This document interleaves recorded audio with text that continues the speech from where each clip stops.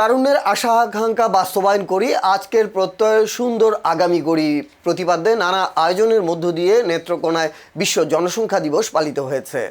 রোববার 12 জুলাই সদর উপজেলা পরিষদ হল রুমে জেলা পরিবার পরিকল্পনা বিভাগ এ অনুষ্ঠানের আয়োজন করে। পরিবার পরিকল্পনা বিভাগ নেত্রকোনার উপপরিচালক রফিকুল ইসলামের সভাপতিত্বে এতে প্রধান অতিথির বক্তব্য রাখেন জেলা প্রশাসক খন্দকার মুশফিকুর রহমান।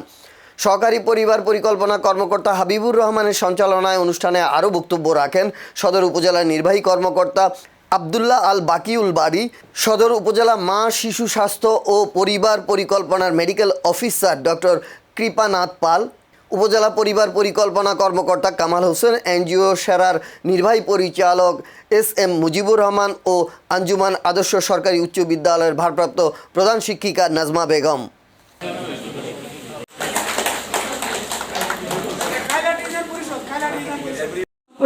দিবস একটা ছিল বিশ্ব আবহাওয়া দিবস। তা আমার বাসা ওইখান থেকে কাছে, আমি সবাই সমাজের দায়িত্বটা পালন করবেন, তাহলে আমার মনে হয় আজকে যে কারণে আমরা একত্রিত হয়েছি। এই সবাই বিরক্ত নাকি? একটু তালি দেওয়া যায় না?